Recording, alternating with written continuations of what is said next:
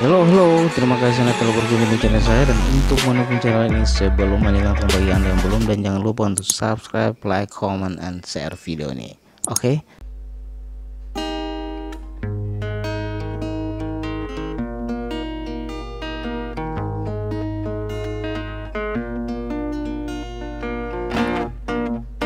Di laut Restikoa sunyi terpancing, tampaklah Maria perawan murni.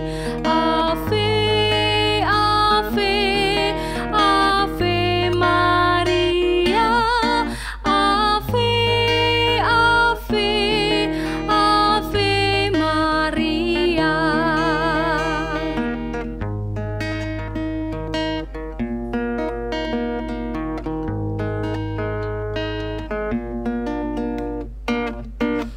Gadis bersahaja dipilih Tuhan, berhadapan. Terkasih, Santa Maria Ratu Keluarga adalah gelar Bunda Maria yang terbaru. Paus Yohanes Paulus II telah memasukkan gelar Ratu Keluarga dalam litani Santa Perawan Maria. Oleh karena itu, pada tanggal 31 Desember tahun 1995, Kongregasi Ibadat Ilahi mengirim surat kepada konferensi wali gereja di seluruh dunia perihal penambahan gelar Ratu Keluarga dalam litani tersebut.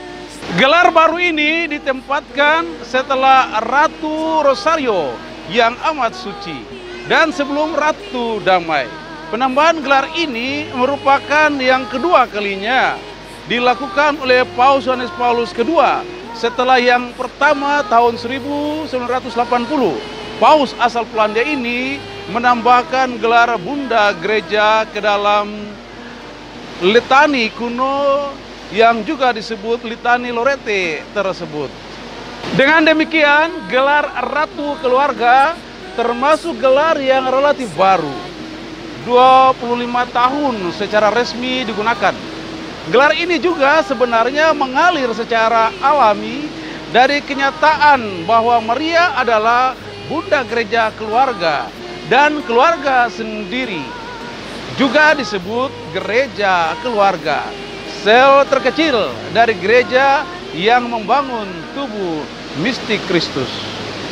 Bunda Maria sendiri melalui pesan yang disampaikan melalui lokusi batin dengan Romo Don Stefano Gobbi pada tanggal 23 Juli tahun 1987 berkata, "Aku adalah ibu dan ratu para keluarga."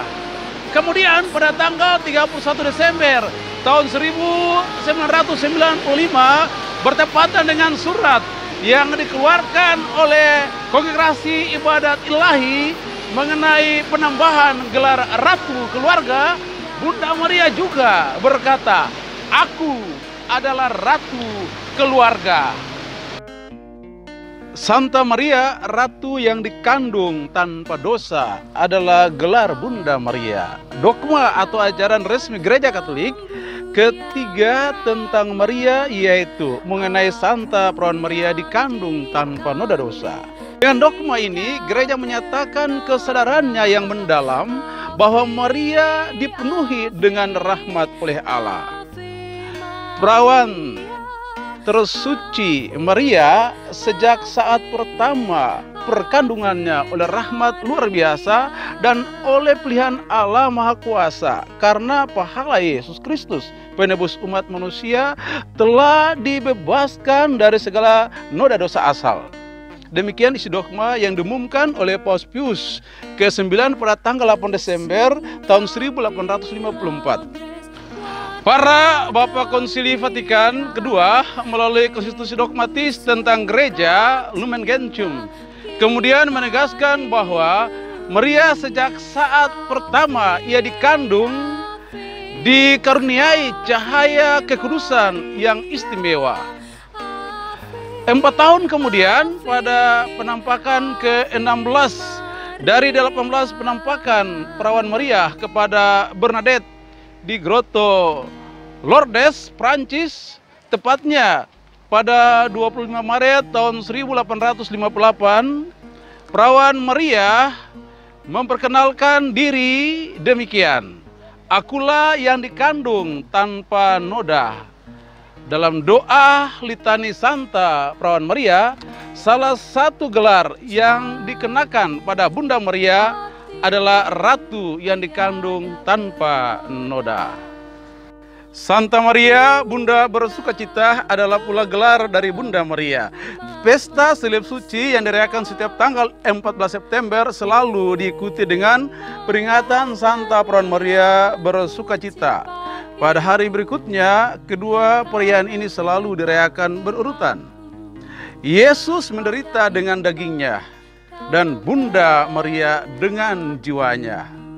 Kata Beato Amadeus seperti dikatakan oleh Simon dalam nubuatnya, "Dan suatu pedang akan menembus jiwamu sendiri."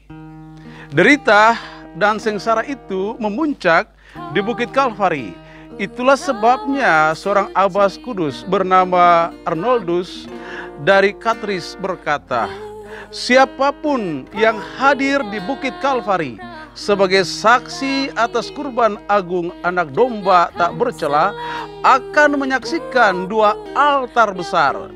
Yang satu adalah tubuh Tuhan Yesus, yang lain adalah hati Maria. Karena di bukit itu pada saat yang sama putranya mempersembahkan tubuhnya dengan wafatnya, sementara Bunda Maria mempersembahkan jiwanya dengan belas kasihnya."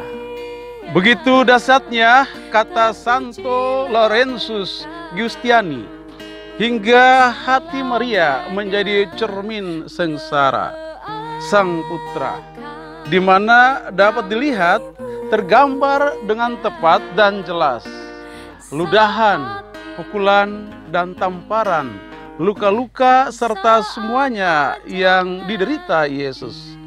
Itulah sebabnya sementara Yesus berduka, Bunda Maria juga berduka cita.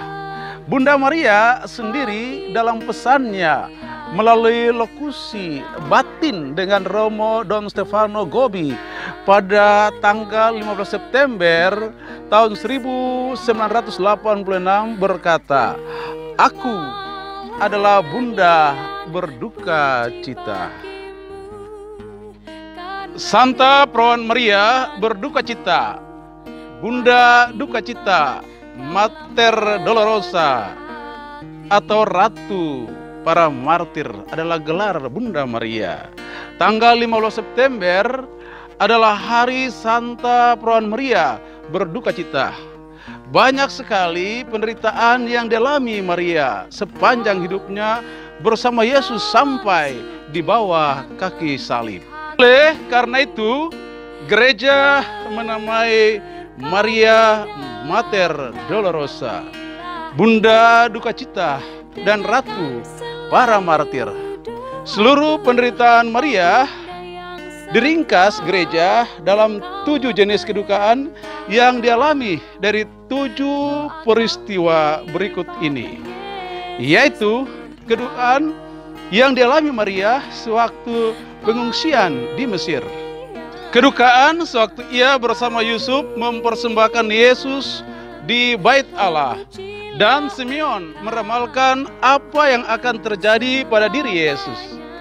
Kedukaan sewaktu ia bersama Yusuf mencari Yesus yang hilang di Yerusalem sewaktu Yesus berusia 12 tahun. Kedukaan sewaktu bertemu dengan Yesus di jalan salib. Kedukaan sewaktu Yesus disalib dan wafat. Kedukaan sewaktu lambung Yesus ditusuk oleh tombak dan kemudian Yesus dibaringkan di pangkuannya. Kedukaan sewaktu Yesus dimakamkan. Itulah 7 kedukaan Bunda Maria. Dengarkan selalu doaku, oh Bunda yang setia, Kau